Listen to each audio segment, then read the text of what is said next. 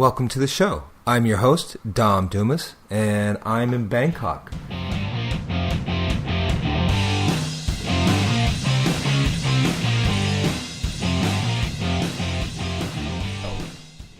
SHO with DJ Sherman from the Titanium Sport Corner, episode 41. Now first, before I get into this episode, I want to talk about the games that they had last night.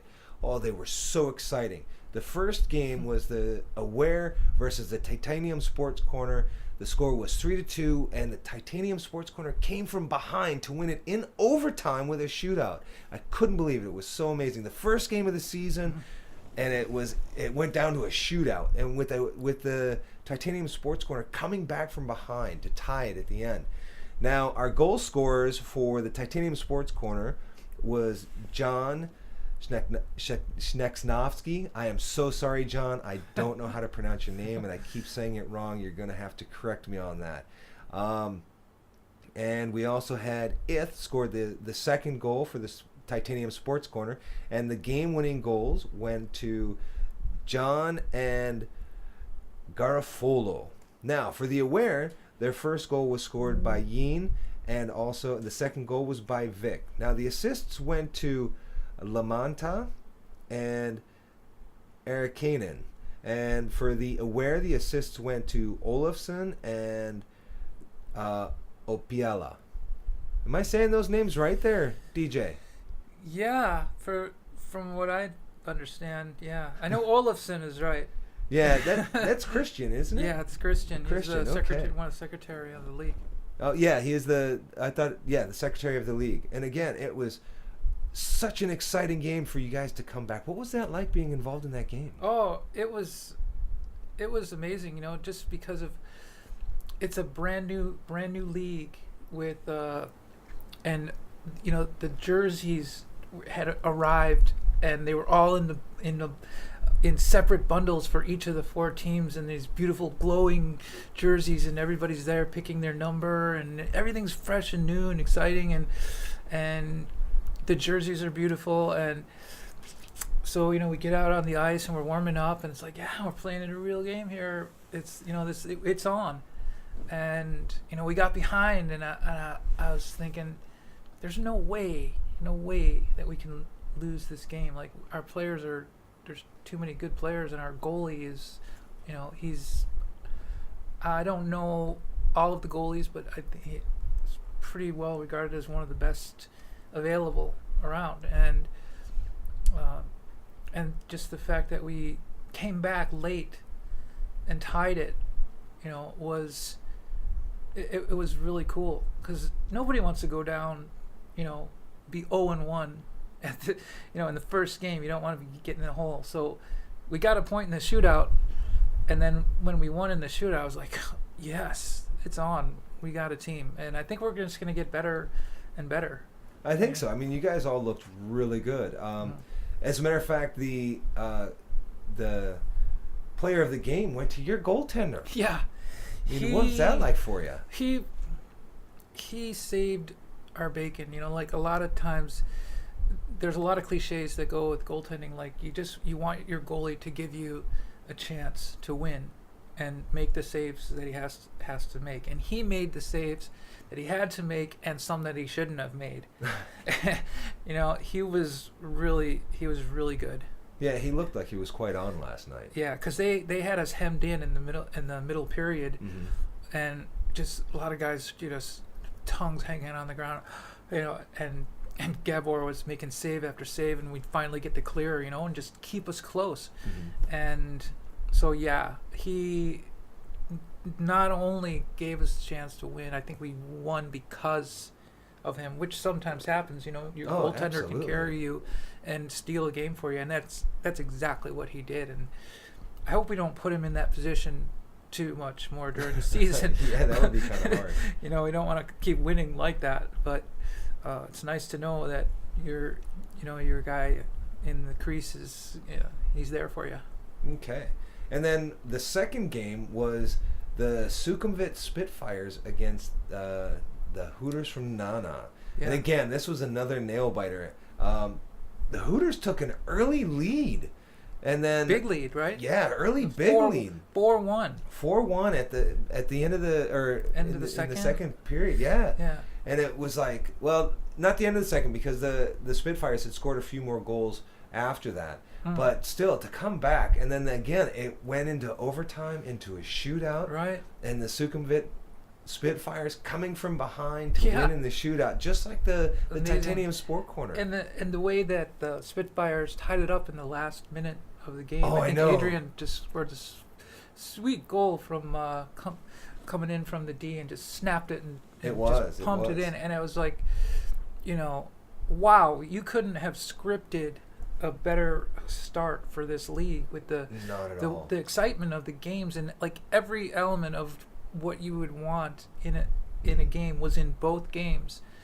And it didn't necessarily have to be that way. It could have been like a 5-1 blowout, and it could have been really boring, but it absolutely wasn't. And that's what is really exciting about our league. It's just the first game, and this season's running through April, and I think it's a 16 or 20 game season. 16, I think. And it's just I think everybody's going to get better and better playing as a team and individually, and the games are just going to get more exciting. But I don't think the parity is going to,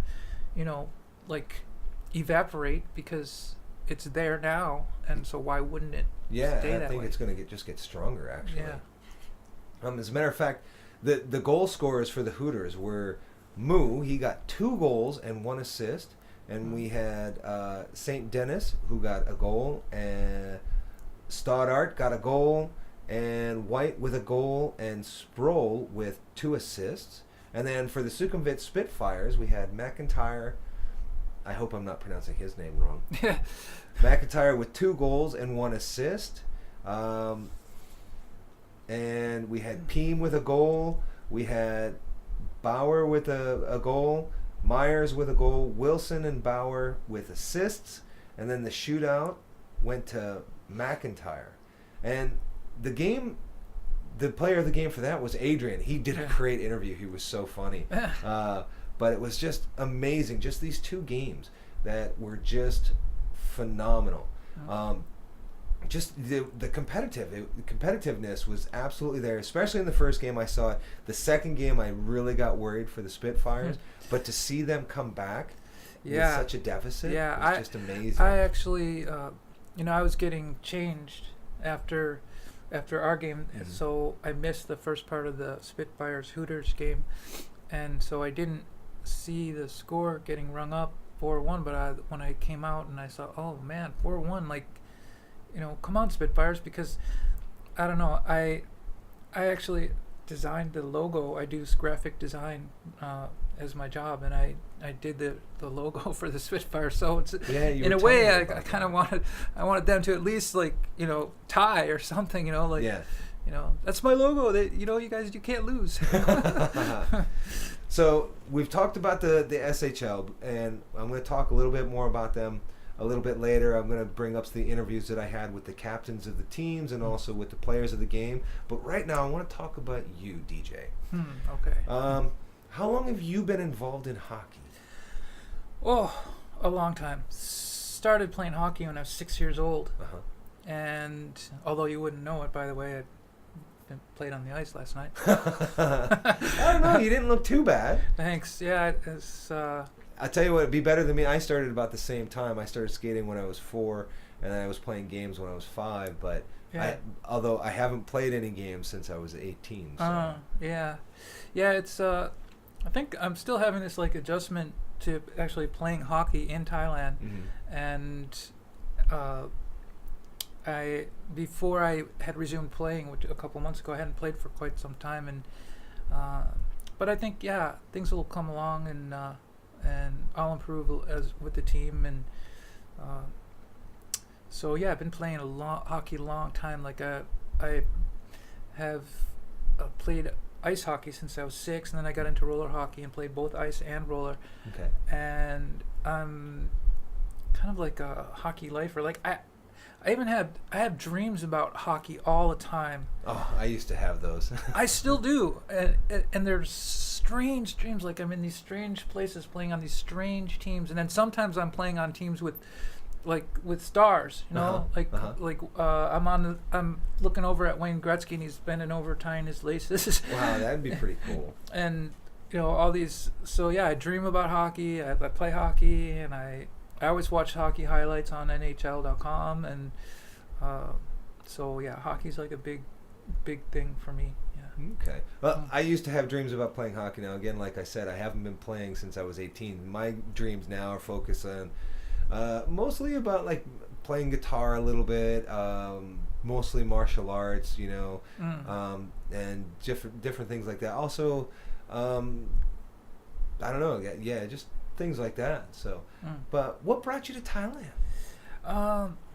Well, I actually came to Thailand in 2007. Okay. And I stayed here for a month. I was teaching English in Korea on a 1-year contract, and then at the end of the contract, I had all these bonuses and an extra month's pay, and all the money you put into the tax system all comes back to you. Okay. So I had this big pile of money. I'm like, I'm gonna go to Thailand and check it out because I hear it's just a way cool place to visit. So I planned my trip, and sure enough, the last 3 weeks of my time in Korea, I went to this restaurant bar that I frequented that was run by a couple of Canadian guys who streamed hockey games from Canada on this huge screen, like an entire wall.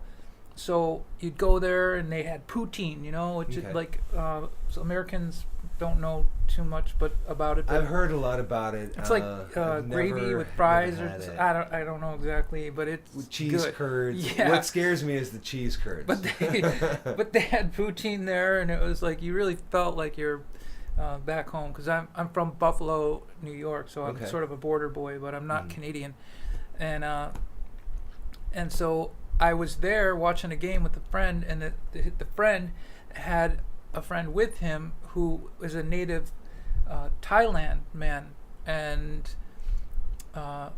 we got struck up a conversation, and I told him I was finishing my contract and going to Thailand. He's like, "Oh, really?"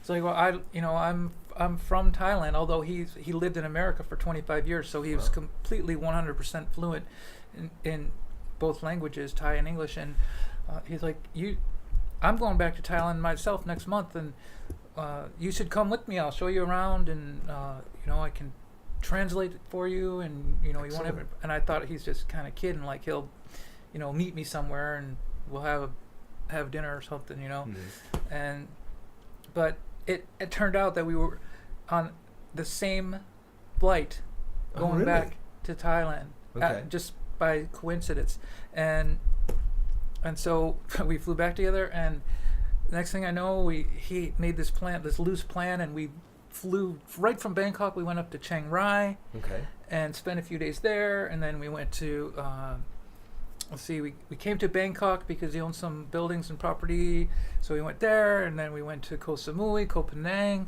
We went to Nakhon Si Thammarat, Surat Thani, Phuket. He took me all over the whole country, and he lives down south of Nakhon Si Thammarat. He owns some beach property and a restaurant, so he has a house down there, so we hung out down there. And he even owns some land in central Thailand with some teak trees and coconut trees, and he's into all the stuff because he was while he was living in America, he was, believe it or not, and you can look this up, he was the director of animation for The Simpsons. Wow. For 15 years.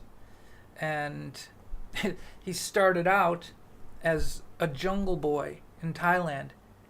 And this story is getting a little bit off track, but I'll try to keep it tight, but it's so amazing. The story he told me is when he was 8 years old, he basically he lived along a river in his hometown, but it was a port river, and he would see these boats go back and forth carrying brightly colored things like with clothes, and he's like got a fig leaf, literally, like he's a jungle boy.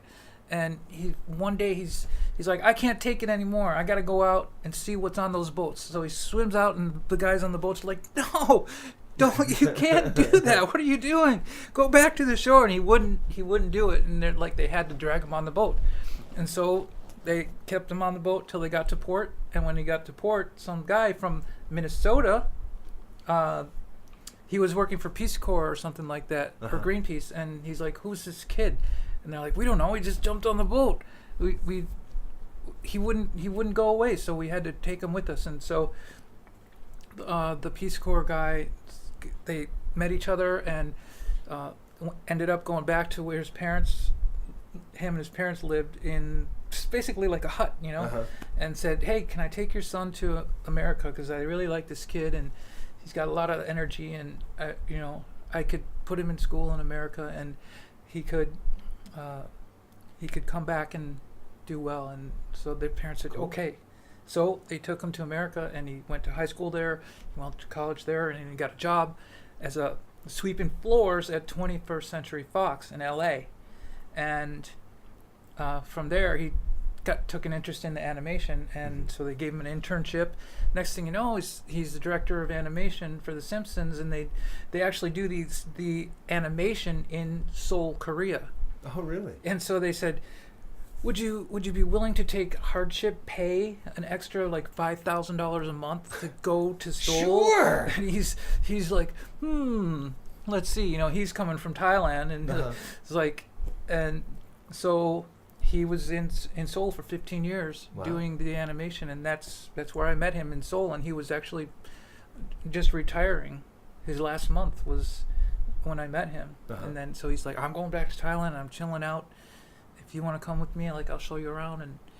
And sure enough, so we struck up a friendship. And so back to your original question, when did you first come to Thailand? Yes, 2007 was when that all happened. Then I came back to the States and just continued my original work, which is graphic design, and so I decided that I had some money I had saved, and I wanted to invest it, and I decided that Thailand would be a good place to invest in some real estate. So I chose Pattaya, which is where I live, and so I've got the condos, and so that's where I'm at right now, and that's when I started itching. So you live in Pattaya, and you come to Thailand or come to Bangkok now to just play hockey. I do, yeah. I know. What is that like? Well, it's funny you say that, because the president of the league is on our team, John. He's like a super cool guy, and he asked me about that too. He was like, "That's amazing commitment," and he really made me feel like just acknowledging the fact that I come. What made me feel kind of like I belong and just feel supported, and it was very cool. He didn't have to do that. Huge commitment. He didn't have to do that, and so I was really, really happy about that. But yeah, it's like it ends up being like a 3-hour trek, and I have to put my gear on my back of my motorbike, and then I have to drive about 2 miles to the bus station, park my bike, and hope that the security guard doesn't see it, because if he sees me with my backpack, then he knows I'm not going into the store where I'm parking. And then he'll like tag my bike. But it's sort of around the corner, so he very rarely would see me. But so I park the bike, and then I wheel it up to the bus station, it's right there. Get on the bus at Jomtien, which is like a southern suburb of Pattaya, and I take the bus. It's a 2-hour ride, hour 45, 2 hours to the airport. Then I have to get off the bus and then go into the airport, get on the airport link train, which goes to like all points in Bangkok. And it's about another 25-minute ride. Then I have to get off the train, transfer to another train that goes north to the rink, which is only a couple stops. And then I'm there. But all of that, all the transferring and everything, So you take a bus to the airport. Yeah. And then like Savannabhoom. Yeah. Okay, and then you get the airport rail link to the BTS? Yes. And then you take the BTS to probably Asok? BTS, no, because I can get Makasan Station, you get off, and then you take the walkway down to Practicebury, Oh. and then you can get on the BTS and go straight north to Ramanine. And MRT. it's only MRT. See, I still don't know. Okay. It's Oh, I see. So yeah. you get off at Makasan and then get on the MRT to Ramanine. Yeah, Okay. it's like planes, trains, and automobiles, Yeah. except for the planes. Yeah, well, you're at the airport. Well, okay, all right, then we can count it. Yeah. So you do this every week. I was doing it every week for the first 2 months, Uh-huh. and now I've been playing now maybe 3 months, 3.5, and I have to admit there's a lot of guys that did it for like a year. Uh-huh. And I only had to do it for about 2 months, and I have to do it again because I was fortunate enough to connect with these 2 guys in Jomtien that play there, and they have cars, Okay. and they're You mean Russian. they play in the SHL? They play in the SHL. Well, one of them does, one of them doesn't. Okay. But and they're Russian guys. They're really great guys, and they have cars. And I was able to connect with them. I came up for a drop-in pickup session, non-league session on Thursday night, and I was just taking the train and the bus, and then I met the Russian guy that lives in Jomtien because Scott Murray, who's the vice president of the league, said you should talk to this guy because he lives in Jomtien. He's got a car and he comes all the time. Maybe you could connect with him. So I did talk to him. He's like, oh yeah, you can come with me, because he's thinking, hey, I get someone to ride with and he can help share the cost. And That's awesome. And it's awesome. And so now it's like I have never felt so privileged and fortunate to take a car ride to a hockey rink after having to do the bus train thing. Mm-hmm. And so he picks me up at my condo, throw the gear in the back, drives the car. I just sit there in the car, and it's like, so now it's easy. But now he's back in Russia, so so for the past few weeks I have to go back to doing the bus. Oh, okay. But But still, that's great. But it's just it's really, it's part of, okay, I would rather play hockey somewhere where I don't have to go 3 hours, because even with the car, it takes a long time because you get into Bangkok in about 2 hours. Mm-hmm. But then the exit you get off, we always arrive during traffic time because the games are at night. We don't really have any choice unless we want to go at noon, and neither one of us can do that. So so you get off the exit, and then it's another 30 minutes to go another 2 miles, Mm-hmm. and so it ends up being about 2.5.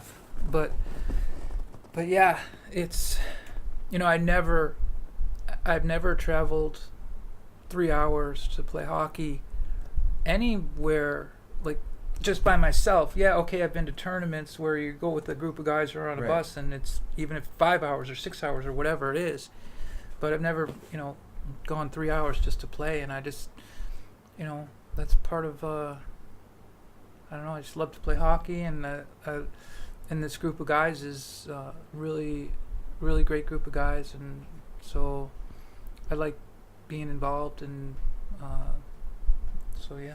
Awesome. Well, how did you find out about Thailand hockey in Thailand? I mean, I'd heard when I lived in Bangkok the first time. I heard that they had hockey.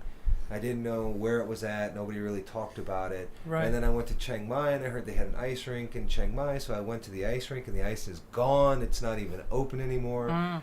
Came back to Bangkok. It had just kind of gone away. I'd never even thought about it again. And then I just stumbled on it one day when I was looking for something for my wife and I to do when she came back from England one time. And we found out about the Bangkok Ice Hockey Leagues. We went to one of those games. How did you find out about it? Well, I actually, just by pure curiosity and a little bit of hope that there might be hockey in Thailand, because I had heard about the Land of Smiles tournament, which is a big annual international event that is held and put on by many of the same guys that are running this league. That's why I think the league is so good. It's because these guys are so used to being organized and and running a tight ship. And so I'd heard about it, but I didn't really. I thought, oh, maybe they put up a rink, for the tournament. But so when I came from the States, I didn't even bring my gear. When I had done my teaching contract in Korea, which I had talked about back in 2007, I did bring my gear because I knew there was hockey there. I knew there was rinks there, and I knew I was going to be there for a year. So I brought my gear. But when I came to Thailand, I didn't really know how long I was going to be here. I thought, oh, maybe it's just a few months. I can invest in my condos. I'll go back to the States and then let them, develop because they hadn't been built yet when I bought them. And I just like, well, I'll just buy them and then I'll go back. But I ended up staying here, and I didn't have my gear, and so I found out about it just from a Google search on Facebook. I just put Bangkok hockey and see what came up, and sure enough, the Rama Central 9 rink came up, and I thought, okay, next time I'm in Bangkok, I don't care if I have to get a pair of plastic rental skates. I'm gonna go skate there, and so I did, and sure enough, they had a pro shop, so I got a pair of skates, and when I was done skating, it was a public skating session. I went into the changing area, and this one lady just like appeared out of nowhere and said, "Oh, you skate pretty good. Do you play hockey in the league?" I'm like, "What league?" And she's like, "Oh, they have a league here, and they have pickup sessions." And I'm like, "Really?" She's like, "Yeah." And she's like, "I know the guy who runs it. His name's Scott Murray." And I was like, "Well, I'd love to talk to him sometime, see about what times there are." And at that point, I didn't even have any gear, and I'm thinking, where am I even going to get gear, even if they do have hockey? And so she not only tells me about Scott Murray, but calls him on the phone right then and there, and says, "Hey, I got a guy that's new to Thailand, and he wants to play hockey. Can you talk to him?" And so, like, within 2 minutes, I'm talking to Scott, and he's like, "Well, yeah, we got hockey here. We got third pickup on Thursday nights, and we're starting up a league." And he's like, "Do you have your gear?" And I said, "No, I didn't bring it." He's like, "Well, don't worry. We can set you up." And I thought, oh, okay, maybe he's got an extra stick laying around or something. But no, he says, "Meet me at the rink on Saturday, and I'll have some gear for you." So I was like, "Oh, okay." So I take the bus back up to the rink, and sure enough, he's there, standing there with a bag and a stick, and like, I'm in full set of gear. Wow. Yeah, and with like tape and extra laces in the bag and everything, and all this, not ratty gear, and it was good gear. And he's like, "Okay, here it is." And I'm like, "Okay, so, how much do I owe you?" And he's like, "Oh, no, don't worry about it. You can use it while you're playing here in the league." And I didn't even sink in at first. I had to like go home and actually like look at the gear again. I'm like, he actually is letting me use this gear for free. Like, this is the coolest thing that's ever happened to me. And so that's how I found out about it, and that's how I got involved. And because of the way that Scott, I was treated at the very beginning by Scott is why I have such a good feeling about the league and the people involved with it. And I like to get involved and help out. I actually made the Flying Farangs are sort of the host team for any event that comes in, and they have a long history, and I think we have even been the first team in Thailand. And so they have a long tradition of being the major part of the Thailand hockey community, and they have a very cool logo. And Scott knew I was a graphic designer and asked me if I could make some round helmet stickers for something that you can give to a new person who arrives like me, to sort of say, okay, you're part of us now, and there's a small fee to be a member of the league, not the league, but just to be like associated with the Flying Farangs and the Thailand hockey community. And so he thought it'd be a cool idea to make helmet stickers so that, when you pay your small fee, you get something. You get and I was like, yeah, if I could help out, that'd be great. So I got the logo, and I had to sort of recreate it a little bit, and I got the stickers done, and I brought them up to him, and he was happy about it, and it was a big hit. Like he started handing them out to the guys, and they're like, "Oh, cool, man! Like, oh, black. There's black ones, white ones. Which one should I take? What's gonna look good on my helmet? My helmet's black. Okay, I want the white one." So, it was like a big hit, and so it was cool to be able to contribute and help out that way, and so yeah, it's really nice to be part of this league, just because of the people mostly, but of course you're there because everybody loves to play hockey. That's why you're there. But so how long have you been involved in the hockey here in Thailand then?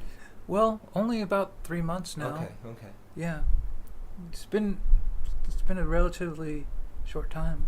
Okay. Were you part of the BIHL? No, just for the SHL. Yeah, that was BIHL was before my time. Okay. Well, the BIHL is the league that's mostly Thai guys with some Farang guys that play. Yeah, that was the predecessor to. No, you're thinking of the other Thai league, the other league that went defunct. Oh yeah, it was the SIHL or something. I don't know, but yeah, they sort of decided to restructure like a year ago. They wanted to restructure and really make the league into a competitive league number one, and set the foundation for a professional team in Thailand. And so you can tell that's the part of the goals of the league, just by the way they're so organized. And as you know, you did the podcast for the league draft, yes, which I attended last week, and I came all the way from Pattaya just to go to that. Like that, I think I might be. That just blows my mind. I might be a little bit wacky because, but I don't know. I just love to be around hockey and be around other people that like hockey, and because in Pattaya, believe me, there aren't many. That there's maybe a few Canadian guys that you can talk to about hockey a little bit, but that's about it. But it's the same here in Bangkok. I mean, just because you're part of the hockey league, you see all the guys, or you're part of the Thailand hockey, you see all of the guys, and you have contact with all these guys that are into hockey and playing hockey. Yeah. Whereas, until just recently, I had no idea. So I would talk to people about hockey, and they're going, "What?" Yeah, but and even now, I talk to people that I work with. It's like, "Yeah, I'm going down to the rink, and I'm going to watch a game tonight." And they're like, "What do you mean?" "I'm going to go watch a hockey game." There's hockey in Thailand. Right. I talked to one of my Thai friends, and he was like, "There's hockey in Thailand?" Right. Well, never mind somebody asking there's hockey in Thailand is like, most you would assume Thai people is like, what is hockey? Yeah. That's what I thought. But in fact, I live in a very big condo. It's there's 600 rooms. So there's never a time when you're coming or going where you don't see at least a few people. And every time I leave my room with my bag and sticks, and I come out, and I'm either getting on the getting on the motorbike to catch the bus, or I'm waiting for my Russian friend Arkady or Andre to come and pick me up. So at least 3 or 4 Thai people will say, "Oh, hockey." That's awesome. Hockey. So you're kind of a star. Yeah. Well, I don't know about a star, but it's just sort of interesting that more Thai people know about hockey than you think, number one. And it sort of sets off a signal that says to me, maybe in part because of this league and because of the people that are involved with it and the ones that are starting it, that hockey can grow in Thailand. And yes, it's not soccer where all you need is Yeah. a ball and a field. They don't call it soccer here. Oh, what is They it? call Football? it football. Yeah, football. So it may be off limits to maybe a large percentage of the population here, but I just have this feeling that there's an opportunity to really grow hockey here in Thailand, I think because so. this league is going to have a lot to do with that, Mm. and that's kind of exciting, just to see a kid who's never played hockey before have a stick in his hand and smack that ball, even it's on the cement in the parking lot or whatever you have going, is it's really cool, and I think that hockey can definitely grow, and the goal of having a professional team here in Thailand, like it's not unrealistic, and because No, I'd like to see more than a professional team. I'm sure if they keep progressing the way they've started, mm, I can see it like a Thailand professional league. Do you know yeah, what I mean? yeah. So, I hate to break it off this topic, but I mean, I know, you could talk about love hockey. I'm a huge hockey fan. Forever. You designed one of the logos you had said earlier I did, yeah. for the SHL. Which one Yeah. was that? The Sukhumvit Spitfires, Okay. and that team is sponsored by Jason Bitter, Okay. who's a great guy, and it was really fun working with him throughout the development process of the logo, and it ended up coming out real nice. I made some alternatives after we settled on the final logo. The final logo is I think it's simple, it's clean, and it's good. It looks really sharp and it really pops. Oh, thanks. Yeah. The other logos look great, Mm-hmm. but the Spitfire logo, in my opinion, just kind of has a bit more of a pop to it. It's like pops from the jersey. It's really eye catching. Not saying there's anything wrong with the other jerseys. Right. So- Well, those. Maybe I had a bit of an advantage because I was starting from scratch. Yeah. All I had was the inspiration from Jason about the warplane, the Spitfire, Mm-hmm. and he wanted it to somehow tie it into the hockey team, and then that was it. I was like free to go. And Okay. whereas the Aware and Titanium, Sport Corner, and Hooters, they're all very well established logos, so you can't really mess with them because they have a reputation behind them, and Right. and so I think I had more of an advantage to be a little bit more creative and a little bit more freewheeling, Okay. and that's one of the reasons I think it came out good, is because Jason was he was really good during the process.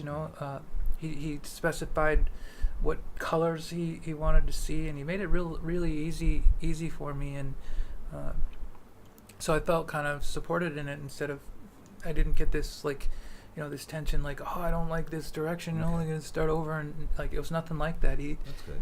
And maybe it was because I kind of hit it, and he said, okay, we're on to something here, but I'd like to see this, and I'd like to see this, and Okay. so that's how you want a development process to go. You're absolutely. kind of working with the client rather than against them, and trying to convince them that oh no, this is what because you have that certain eye for what's going to work, and the client, they may not necessarily have it, although I think Jason does have it, and that helped too. Awesome. But yeah, it was a fun process, and it was kind of exciting. Last night, it was the first game ever for the new league, and all the jerseys. Oh, they all looked good. I mean. Yeah, but just to see to come into the rink, I was one of the first ones there. Okay. Because I took the 4:00 bus in the afternoon to make sure that I get there on time. I could have taken the 5 and would have got me there about 8, but I was like, no, I'll take the 4. It'll get me there at 7, Yeah. just in case anything happens. So that turned out to be a good move, because when I showed up, there was the shopping carts with the brand new jerseys in there, still that all would've been great. bundled up, and they're each individually wrapped plastic with the socks together, and then I saw this. That's great. You guys got I noticed that you had jerseys and the socks, which some of the leagues that I've played for, Yeah. you get the jerseys and that's it. Yeah. So, Not this league. I mean, everybody looks great out there. yeah, It really looks absolutely. sharp. And everybody matches, so that's Everybody pretty cool. matches. And so not only I was fortunate to get there early because I could pick my number and the jersey size, and but it was really cool to just to walk in and see this the stack of the Spitfires jerseys, all fresh and new, ready to I bet that looked because when really you've good. worked on it for a long time, to get it right, and then you see, oh my God, it's in a different form now, like it's real. It's on real the now. It's not just a digital image. yeah, it's not just digital. It's on the jerseys, and so I took a real close look in the work that Adrian does at Jog Sports, which is the ones who did the jerseys for the league. They did a phenomenal job. Like some of the, you wonder what's going to actually translate from what you do digitally onto the printed material. Yeah. And because of a process called sublimation, which is interesting because when I first began development of the logo, I wasn't aware of the sublimation process that they were going to use, which sublimation actually allows you to insert or otherwise incorporate shadows and highlights and gradients and things that make logos look good online. You can use those for printing on textiles, which I wasn't aware that we could do. Yeah. So I originally just started out with this very 2D looking image with very flat colors and very basic, and so it wasn't until it was almost time to submit the final draft that I had a conversation with Adrian, and he mentioned that we're using sublimation, and I was like, really? Really? So I went back in and I added all the gradients and the shadows and the stuff that gives it the depth, and it's really, I had never worked with that process before, so to see it translate onto the jersey is pretty close to the actual digital image. It's not perfect. I don't think it can be. Yeah.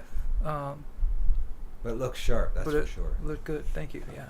So not only are you a hockey player and a graphic designer, you're a bit of an entrepreneur, aren't you? Yeah. I do have a lot of ideas spinning in my head. Almost you brought constantly. one of those today, didn't you? I did. Yeah, I did. I've developed 2 products and brought both of them to market. And the first one I did was way back in like 2001. And you say way back, it was only like 15 years ago. I'm 46. That's like nothing. Well, I don't know. 15 years, I guess. Does that count as way back? For some people, I'm sure it does, but for me, it doesn't. Yeah, I guess maybe maybe 20, 25 would be way... Yeah, I mean, I talk to people and I'm like, yeah, that movie's old. It's not old, it was in 2005. Wow, that's old. Well, the way that things are accelerating so fast with technology and everything, it seems like way back, because I'll just throw this little tidbit in that I read in TechCrunch magazine, or one of the tech magazines, about like the recent history of technology. And in 2006, do you know what the number one technological advancement was for 2006? And this was like as voted by the entire tech community. Mm-hmm. And you want to take a guess? Probably 2006, you said. 2006. I'd probably 10 years say ago. 10 years ago. Probably the advance of DSL to ADSL. No. No. Okay. I took a guess. Obviously, I'm wrong. Oh, that might have been 2010. I don't know. But 2006, the number one technological advancement was the application of a DVD being incorporated into the television itself, so that you could put the CD right into the television instead of having a separate player. Yes. I remember that. I mean, doesn't that seem like archaic? Now DVDs seem archaic to But me. that's only yes, 10 years but ago. Yeah, I know. So when you it's say way scary. back, I don't, like 2001 seems kind of way back. But anyway, back to the entrepreneurial stuff. I've developed 2 products. The first one I brought with me, and go figure, it's hockey related. Of course. Yeah, and I did reach international distribution. I was selling in Canada, selling in the States, and even overseas in Sweden, and not huge, but I did have some customers, and it was when the internet was still kind of blooming. It was only about 5 years old, but I did. I was a total one-man show, and I developed the product. And I put it on the internet and sold it on the internet, and advertised in USA Hockey Magazine, which was a good move because they have like a 500,000 member subscription that gets the magazine every month. USA Hockey or Let's Play Hockey? USA Hockey. Okay, you should also look at Let's Play Hockey because they have a big subscription too, if I'm not mistaken. Okay, I will. And I'm saying I will because I'm considering relaunching the product, but I guess it would probably be good if I showed it, right? Yeah, absolutely. Let's see it. Okay. The name of the product was called Control Flex, and I've renamed it. I want to relaunch it as X Factor because what it is, it looks like a simple strap, and but what it is beyond a simple strap is it's designed to wrap around your skate in a figure 8 pattern, which provides an additional element of heel lock, which is really important for skating to keep your ankle down and back. For proper skating mechanics primarily, because if your foot is flopping around and starts sweating, and you're having to retie your skates, and you just can't get the energy transfer. So what this does is basically fills in negative space. Okay. And negative space is what causes that wiggle and the loss of ability to transfer energy from foot to skate. That's a big part of skating. In fact, Wayne Gretzky and Paul Coffey and those guys back in the Edmonton Oilers glory days, like those guys, and there's articles all over the internet to confirm this, is they wore skates 2, sometimes 3 sizes too small.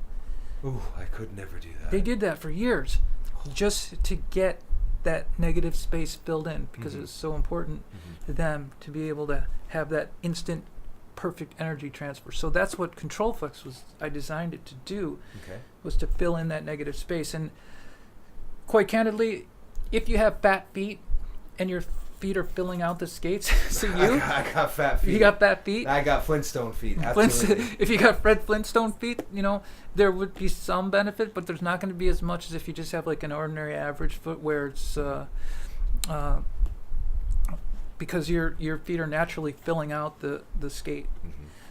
But for a lot of players, this really does the trick. And when I first launched it, I was just sort of kind of took like a leap of faith assumption that people are going to like this, because I actually learned to sew to make this prototype, which I never thought I would do, to learn to sew, but I did.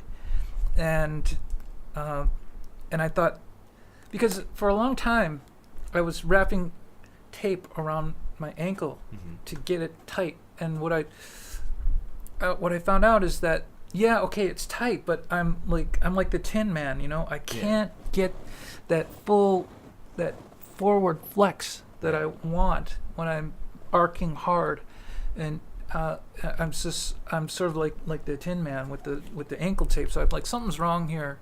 I know that I can get the skate tight the way I want it, and I know the laces aren't cutting it because they're loosening up during the game, and I'm tired of having to retie all the time. And there's got to be something here. There's got to be a solution. So I thought, okay, what is it that's like something natural, that not something that is that's kind of going off on a tangent as far as natural, but I wanted something that felt natural to the hockey player, because hockey's a very traditional sport, you know, Yes. and if you change anything with gear They and get stuff, upset. whoa, people are going to get upset, you know. So I thought, well, okay, I need to have something here that still feels natural. It can't be like hard plastic. It can't be like I thought about like a buckles, you know, Yeah, like no. a ski boot thing where it click, click, click, click, click. Like that stuff would work, but hockey players aren't going to go for it, you know. No. The natural feel of the laces, that's why they still have them on skates, even to this day, with all the other technology that's in hockey skates with carbon fiber. I've used buckled boots. I don't like them. I Right. don't like how they feel. Yeah, they don't cut it. So they that's feel why. very, very stiff. Yeah, so that's why I invented this the way I did. It's a natural textile, not that much different than the lace material itself. Okay. So when you torque this thing down, it just kind of feels like, oh my God, you have to experience it. You will instantly feel the difference, and it's like, oh my God, this skate is locked to my foot, but I can actually flex forward even more, because if you look at where the X point is, Yeah, it's down near the. it's down near around the joint. third Yeah. eyelet, which is where your foot actually flexes. Mhm. And so when I use this, I tighten down to about here, pretty Okay. as I normally would, pretty nice and tight. But then on the top three, I just do it kind of loose, Mhm. because you don't want it really tight up there, No. and now you don't need it, because you're fully locked and loaded, like down and back Mhm. with this system, and you don't need to have these tight, and you don't want them tight, because the tightest point is right here, right where you're At the flex point. at the flex point. And so you know, at first glance, it's just an ordinary strap, but it has this. I integrated this. I don't know if the camera's going to show it. I'll be able to zoom in. Okay, it has this. Stretch like elastic. Yeah, this stretch material integrated into the strap, which allows you to adjust the tension, right? Because if you didn't have that, you'd have to torque it down, and it's all or nothing. Yeah. It's either It's either going to be too tight or not tight enough. yeah, and you'd have to be, you know, maybe 1 in 100 people who would use it would be lucky Mhm. that, oh yeah, I torqued this down, it's perfect. Like that, I knew that wasn't going to happen. Mhm. So I wanted to add some element of flexibility to it.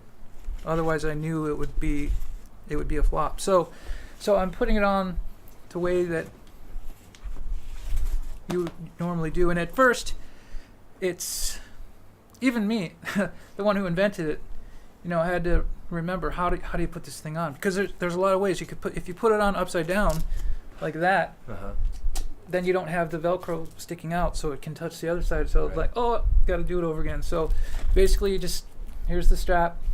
So and you label up. Label up, yeah, and you stick it through, and then you bring it around like that.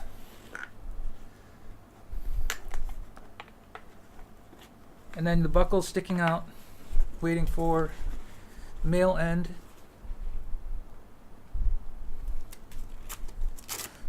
And it comes through. Then you can kind of jostle it a little bit so it's right where you want it. Okay. And then that's where the stretch part comes in, right there. It's because now you can torque it just where it feels right. And you got a Okay. fair amount of, you've got Yeah, about an inch to looks play like you with, got quite which is a there, lot, yeah. you know.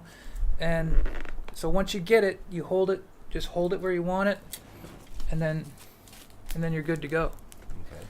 And so nowadays in the NHL, just recently, past couple of years, if you happen to be watching a game on TV and you look at, and then maybe they're close in on the face-off circle at the pros in the NHL, you'll see something that actually looks like this, but it's not. It's actually the plastic protector, Mm-hmm. The foot protectors. the foot protectors, but they have the same type of structure to them, except that they have some plastic Okay. added into it. So those straps, and I can't confirm this, but what I suspect is that the strap that is just there to hold the protector in place. It's not designed to add any support to the skate. Okay.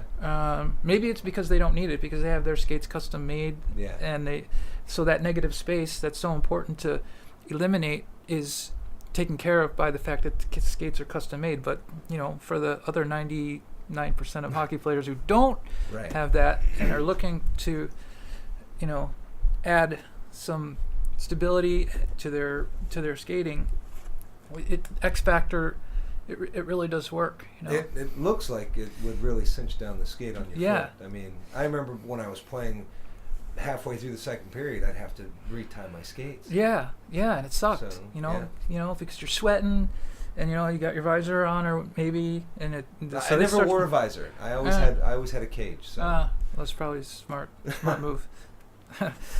But anyway, yeah. At the time when I launched it, like I said, I learned to sew so that I could do it myself and get it right, and I did all the blueprinting for it. And I had a friend of mine who was a product sourcing manager for Easton Sporting Goods for a long time, and so he headed the manufacturing company that bought Christian Brothers. Yeah. He handled all the manufacturing in China, and it was perfect. And I even had a professional NHL hockey player endorsing it. His name was Nicholas Sundstrom. Okay. He was from the same town as Peter Forsberg, and played around the same time. And he also played for the Swedish Olympic team, and he was on the San Jose Sharks. He played for the Rangers. He was on a line with Wayne Gretzky, so he was the real deal. And I got an endorsement from him, and so I was thinking, okay, this is going to take the hockey world by storm. But what I found out is that, as I mentioned earlier, hockey is a very traditional sport, and at that time, to see something like this on a skate was like taboo. Oh yeah, absolutely. It was like, oh, what is that? When I was playing, I'd have been like, "What's that? I ain't putting that on my foot." Right, I'm not putting it on my foot. I'm no baby. Yeah, exactly. I don't need any more support. I'm perfect the way I am. Yeah. But I can tell you that if you are a good skater, like, this can make you a very good skater. Okay. If you are a beginner, it can take you out of beginner and into like intermediate. I'm not saying that not having proper skating mechanics as part of your repertoire as a hockey player is okay. This isn't going to make you a great skater, but it will definitely make you a better skater. And it's just like this mental thing too. Like, when I put this on, I feel more confident when I just jump out on the ice. Like, my foot is locked and loaded, and it was a big improvement from just having, you come out on the ice and your laces are tight and you're ready to go. But for me, just very quickly, like, the forward motion and the foot starting to sweat, like, things get sloppy, and having to retie, and and the cool thing is during the game, you might even just be like, oh, you know what, I just want a little more torque. It's like on demand. You just take it and just torque a little bit tighter, and just get that back that way it started at the game. And so, in fact, I was pitching Bauer in CCM. I was like, you guys, you could very easily integrate this into the skate at the time of manufacture, and add a whole new element of structure and support to the skates that you're building. And they were like, no. No, our skates are fine, because of what we built into the sidewall. We've got this new graphite panel that's going to keep everything super stiff and structured, and no, we don't need anything like that, But the fact is that I just think no matter what you do to a skate, no matter what materials, they break in.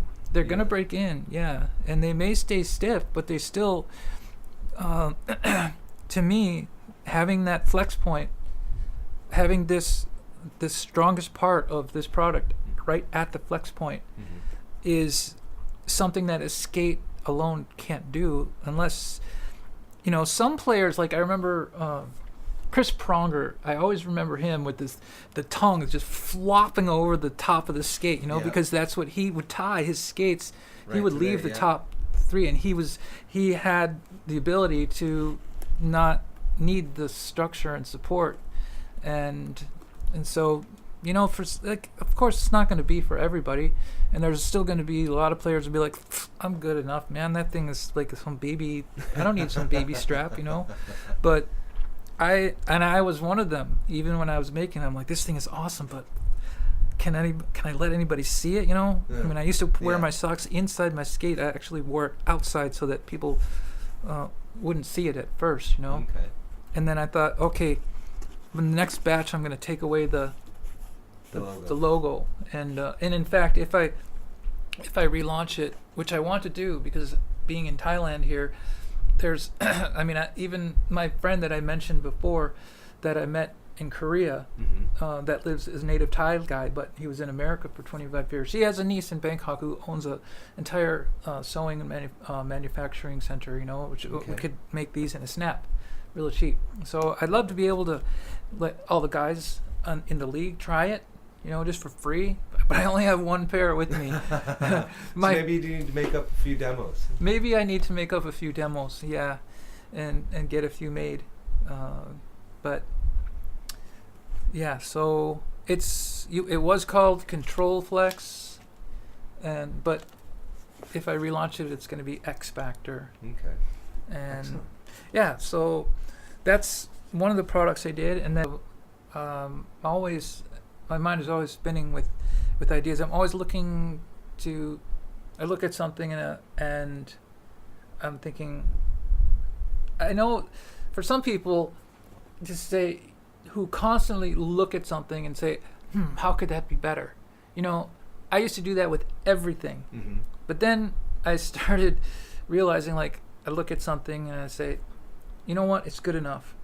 Yeah. Just leave it alone, And some things you look at and say it could be better, and that's where some of my ideas come from, like improving on something that's already there. But like with the X Factor, the hockey strap, I don't know if you would want to call that. I think it's an original idea because it's not. It looks like it. I don't remember ever seeing anything like that. There was never anything like it, and So. and I got the inspiration from strapping tape around the ankle, but so that's part of my entrepreneurial element of who I am. Yeah. Okay. Well, I want to thank you for being on the show. I have this thing that I do at the end of every podcast, which is called "And Always Remember." Basically, you kind of something nice to take away for people. Something positive, a little bit of a message. And what I like to do with my guests is I like them to do the "Always Remember." So if you could do that for me, that would be awesome.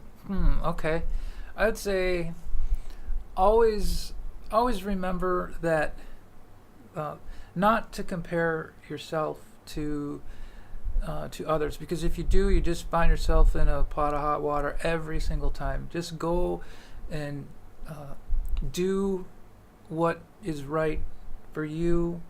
It's not always going to be right for the other person, which can put you in a place where conflict can arise, and people don't naturally like conflict, but it's something that you have to do.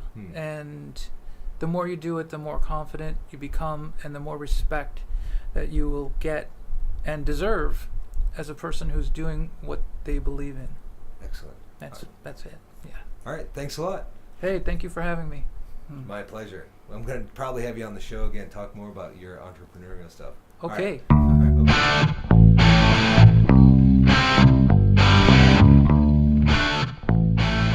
I've got Patrick here from The Aware. What is your plan to beat the Titanium Sports Club tonight? Well, I think we are the more talented team, so I think it will go up by itself, I think. Okay. Yeah.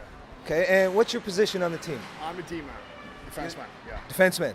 Yeah. It's my position. I used to play D. So, all right, well, I'll talk to you guys after the game. All right, thanks. Good luck. Thanks. I have Zak from the Titanium Sports Club here. You're playing The Aware tonight. What are your plans on beating the team tonight?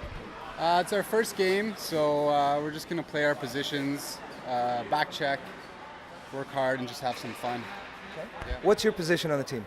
I'm center and kind of a lazy forward, hang around the red line and wait for my D to move it up to me. I've played with a few guys like that. All right, good luck tonight. Thanks. We have the player of the game, Gabor, from the Titanium Sports Corner. Congratulations. How do you think you guys did tonight? Oh, well, we played against a very strong team. The opposite was very strong. I was good. And however, we got the first goal. But anyway, we won by shootout at 3-2. So. All right, congratulations. Did a great job tonight. Thank All you right, I very have much. Justin from Hooters here tonight. What's your plan on beating the Spitfires? Well, we've got two things. They got some big, strong guys, so we're gonna have to beat them with our speed, and we have to let them take the penalties. So they've got some angry guys sometimes, so we got to stay cool, let them take the penalties, and I think that'll make us win. Sounds like a good plan. What's your position? I usually play right wing, but today I'm actually going to be a rover, so I'll be playing every forward position. So we've got lines of 4. So Okay. we'll have a set left wing, set center, set right wing, and I'll just kind of rotate through. Excellent. All right, well, good luck tonight. All right, thank you. All right, I've got Brad here from the Spitfires. What's your plan on beating the Hooters tonight? Well, if scoring's not coming in too easy for us tonight, then we just got to take the body and get physical and scare these guys. We got a big, brutal team. And I think we're going to throw some bodies out there. Sounds like a good plan. What's your position? I play defense. That's my position. I used to be D-man. Nice. All right, good luck tonight. All right, we Thank have you. Adrian with the Spitfires, the player of the game. Congratulations. Thank you, sir. So what do you think contributed to you guys' win today? I would have to say Jason Kotzmeyer stood on his head. It wasn't looking very good in the first period, but then he definitely came back in the second, and we tried to help him out as much as we could. Awesome. All right, what are you looking for the next game? A win. How so? Hopefully Kotz is going to come out and play again, and hopefully guys like this want to come out and play again as well. And I think we got a pretty good core as long as we stick to our tight D and put some goals in the net. Excellent. All right, thanks a lot. Congratulations. You're welcome, dude. See you next Please week. rate my show or leave a comment or make suggestions of what you would like me to talk about.